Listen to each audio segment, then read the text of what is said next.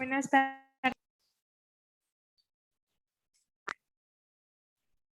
Cámaras prendidas todos.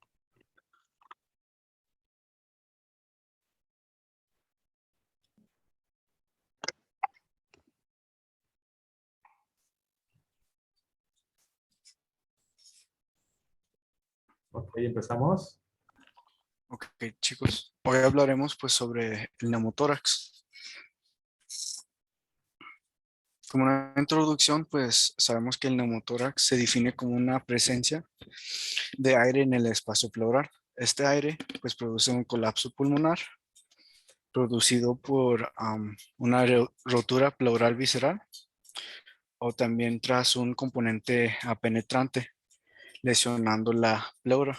Aquí podemos observar pues, el pulmón disminuido o colapsado, el espacio intrapleural incrementado y la pleura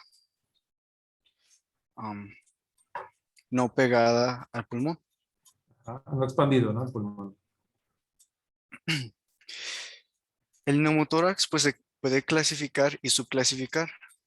Se divide en tres: el neumotórax espontáneo primario y secundario, el adquirido traumáticamente y el iatrogénico, que es producido por procedimientos médicos.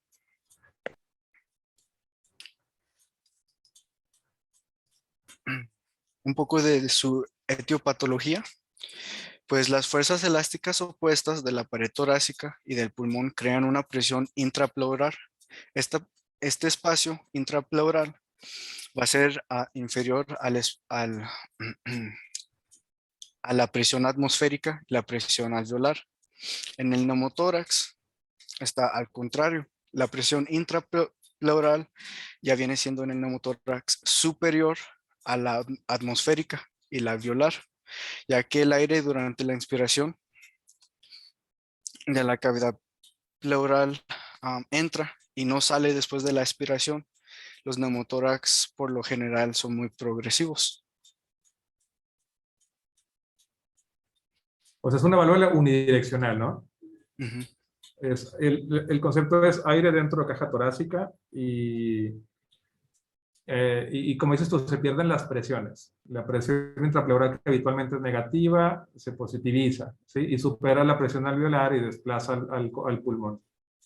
Pero exacto, como está rota por alguna razón, son muchas las causas, al momento de inspirar profundo, respiras, el aire entra, pero no sale. O sea, cada vez hay más aire, cada vez más aire, cada vez más aire, ¿sí?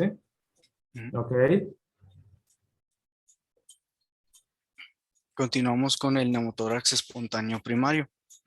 Se puede clasificar en primario y secundario. En el primario, pues aparece más o menos en 28 personas por cada 100,000 habitantes. En las mujeres, 10 personas por cada 100,000 habitantes. Y también se señala que en estos casos, solo 10% de ellos van a ser neumotóraxes bilaterales. Un poco de su fisiopatología del neumotórax espontáneo de primario, que normalmente es causado por el ejercicio físico extremo y cambios en la presión atmosférica, como viajando en avión. Algunas manifestaciones clínicas del neumotórax son... Una de las causas del neumotórax primario es que se forman unas burbujitas en la periferia del pulmón, o sea, pegado a la pleura mediastinal. O sea, lo periférico del pulmón, en la parte superior se forman como unas burbujitas, se llaman blés. Hay una teoría que dice que en jóvenes, cada que agarran un cigarro, lo inhalan, al momento de respirar generan una presión negativa. Esa presión negativa impacta con presión negativa en la vía aérea central, en la periferia, y se hunde un poquito el pulmón. No se lo explico, al jalar aire, pues se hunde un poquito el pulmón. Esa presión negativa. Y esa ruptura de blés o burbujas es la que te puede producir este tipo de neumotórax, que es muy común en jóvenes. Jóvenes altos, jóvenes delgados, y con neumotórax es lo más característico. Hiperlaxitud también tienden a tener hiperlaxitud de este tipo de personas. Entonces, ese es el primario. Muy bien. Algunas manifestaciones clínicas pues vienen siendo el dolor agudo y cierto grado de disnea que se va a ceder al momento que el paciente alcanza un poco de reposo, tos irritativa, disminución de la movilidad de la pared torácica cuando inspira el paciente, una percusión timpánica y disminución del murmullo vesicular. Así es. En casos muy graves, puede el paciente llegar hasta hipoxia, cianosis, hipotensión y taquicardia. Muy bien. El diagnóstico, pues la mejor confirmación que se puede hacer es la radiografía de torácica en una proyección póstero anterior, manteniendo al paciente en inspiración. En la radiografía tenemos que ver una línea separando el pulmón con la pleura visceral, que ahorita veremos. También una desviación colateral del mediastino y una inversión del diafragma. Aquí podemos ver una tomografía convencional, radiografía convencional, disculpa. Y las flechitas blancas pueden enseñarnos el pulmón y ese viene siendo la desviación del pulmón de la pleura visceral. Ok, a ver, Perla, ¿cómo ves esta radiografía? ¿Me la puedes escribir? Este,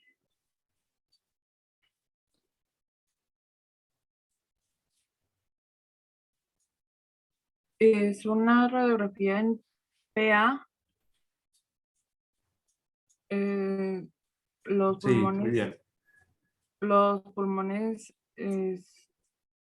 están normales, más los bronquios son los que pueden tener alguna anormalía. No, es normal la radiografía.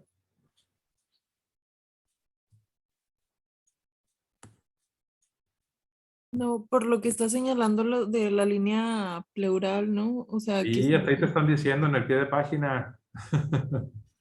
¿O va a ser normal? O sea, y no puedes decir los pulmones porque estamos viendo nada más un pulmón.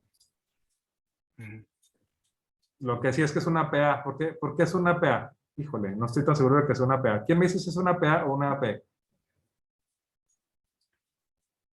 Yo digo que es más una P y lo que se ve pues del lado derecho viene siendo la tráquea, ¿no?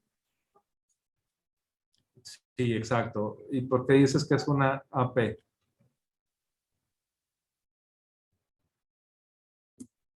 Pues yo digo, bueno, como me imagino que es la tráquea, pues por la visibilidad que se vería la No, columna.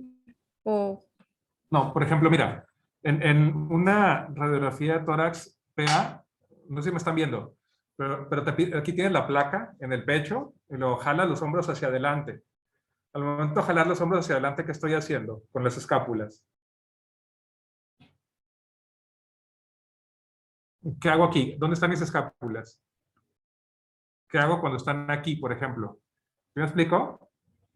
En esta posición, que es la posición anatómica, las escápulas están en medio del campo pulmonar. Ahí se ve la escápula, como ahí. Ahí se alcanza a ver la escápula. ¿Sí la ven? sí. Ok.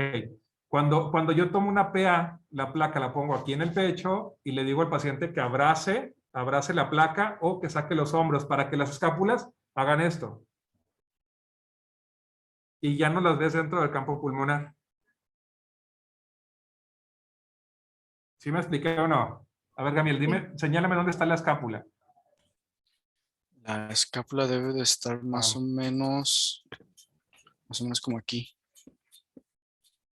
No, muy mal. No. Ah, no, Está Una aquí. sombra que se ve en los bordes, ¿no? más a la izquierda, a la Sí. izquierda. Exacto. O sigue el borde de la escápula. Como así. Sigue el borde de la escápula. Hacia abajo. Recuerda que tiene forma triangular. Así. Ajá, síguela, síguela. No. Mira, donde está la raya inferior es el ángulo inferior de la escápula. ¿Dónde Aquí. está la flecha inferior? La flecha inferior. Ah, ok, hasta acá. ¿Sí la ves? Ahí está el ángulo. ¿Sí lo alcanzan a ver? Sí. Sí, Ok, entonces es una AP. Ahora, fíjate, ahí se está señalando con las líneas el neumotórax. Esa es la pleura mediastinal, ¿sí?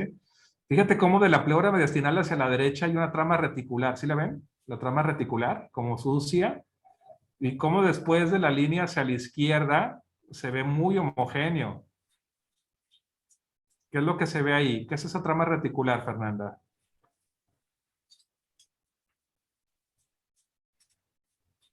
Como la línea pleural, o no entiendo. Y mira, se ve la pleura ahí, ¿sí? Sí, Del lado derecho se ve reticular y del lado izquierdo se ve muy homogéneo. ¿Qué son esas estructuras?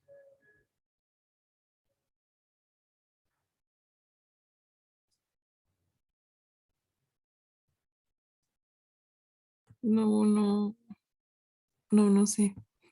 Y a ver, que ¿Son te los ayude bronquios? Milagros. No es ¿Mande? como la ¿Son los trama bronquios? vascular. La trama vascular. Ah. ¿Quién dijo trama vascular? Yo, Irene. Muy bien, Irene, es trama vascular, exactamente. Los bronquios, ¿cómo se verían los bronquios? Los bronquios tienen aire, entonces no se van a ver. No se Sí, verían porque hay aire. exacto, así es. Muy bien. Ok. Continuamos con la siguiente diapositiva. Entonces sí les quedó claro aquí el neumotórax, ¿verdad? Está clarísimo. Una parte tiene trama reticular, la otra no tiene trama reticular. Se ve muy bien el mediastino, se ve bien, digo, perdón, la pleura mediastinal se ve bien dibujadita. Y también vimos por qué es una AP, ¿verdad? Porque la escápula está dentro de los campos pulmonares. Siguiente. debimos de hablar sobre esto también. Bueno, Ajá. algunos hallazgos radiológicos, aumento de la densidad del pulmón colapsado, una línea fina separando el pulmón de la pleura parietal, imagen de muñón pulmonar y desviación del mediastino al lado contrario del colapso. Así es. Bueno, ahora que ya sabemos cómo tomar una radiografía, bueno, leer una radiografía, hay que también calcular el porcentaje del neumotórax. El índice de nomograma de Ray se me hizo muy interesante. Es cuando ya tenemos la radiografía, medimos 3 puntos. El punto A, el punto B y el punto C. Cuando ya tenemos esos 3 calculados, los dividimos por 3 y los centímetros que se calculan identifican el porcentaje del neumotórax. Como por ejemplo, si llega un paciente, le tomamos su radiografía, vemos que en los 3 puntos los centímetros salen a 12, dividimos esto por 3, ya con los 3 puntos calculados, lo dividimos por 3, lo cual nos saca 4 centímetros. Y si un neumotórax está a 4 centímetros, es un derrame pleural al 40%. Neumotórax, sí, así es. Ya dependiendo del porcentaje, depende del tratamiento. Si le vamos a dar un drenaje, le vamos a dar reposo o hasta cirugía. Aquí podemos ver otra radiografía, pero en vez de radiografía, esta es una tomografía computarizada. Aquí podemos ver el derrame pleural de Neumotórax. disculpa, neumotórax. Ok. Las Sí, se ve muy bien. flechitas continuas están señalando el pulmón y las flechitas discontinuas están señalando la pleura. ¿Y qué más se ve aparte? Mm, A ver, Adrián. ¿Qué más ves? ¿Ves el neumotórax? ¿Se ve la separación de la pleura parietal con la pleura visceral? ¿Se ve colapsado el pulmón? ¿Se ve desplazado el mediastino? ¿Qué más se ve? Fuera del tórax.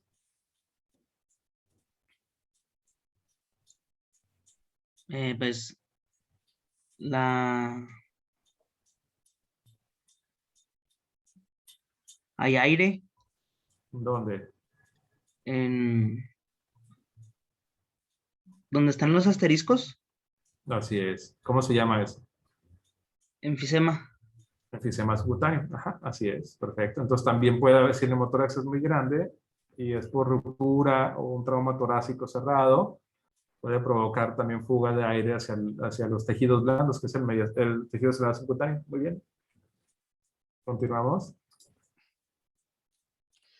Continuamos con la siguiente clasificación, un neumotórax a tensión o causado por traumatismo. Como habíamos dicho anteriormente, son muy pocos, son siendo de menor frecuencia.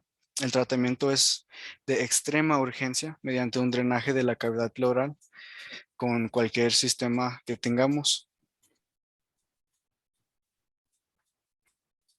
Un poco sobre neumotórax bilateral. Aquí tenemos una tomografía de un neumotórax bilateral. Noten cómo ambos están colapsados. En el neumotórax espontáneo secundario,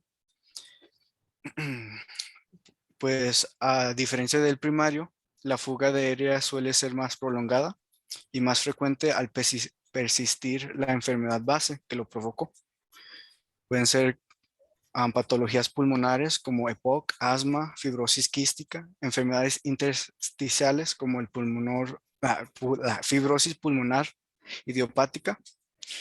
También pueden ser causadas por enfermedades infecciosas como tuberculosis, neumonía necronizante o enfermedades neoplásicas como la linfoma. O sea, esas enfermedades patológicas, bueno, claro, enfermedades patológicas, esas enfermedades, ¿qué es lo que te producen todas? El común denominador.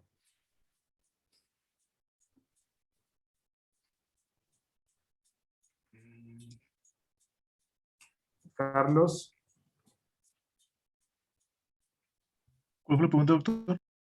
¿qué te producen todas esas enfermedades? ¿Por qué te producen neumotoras? ¿Qué es lo que hacen en común todas?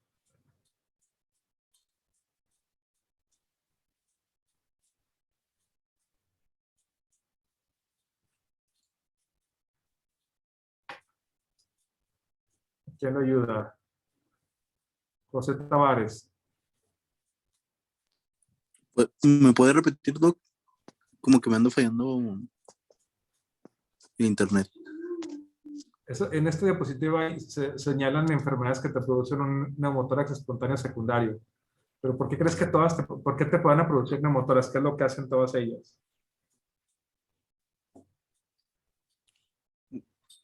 Podría ser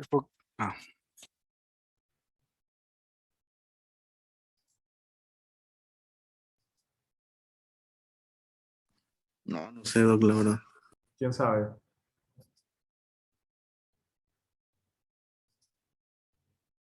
¿Quién iba a hablar?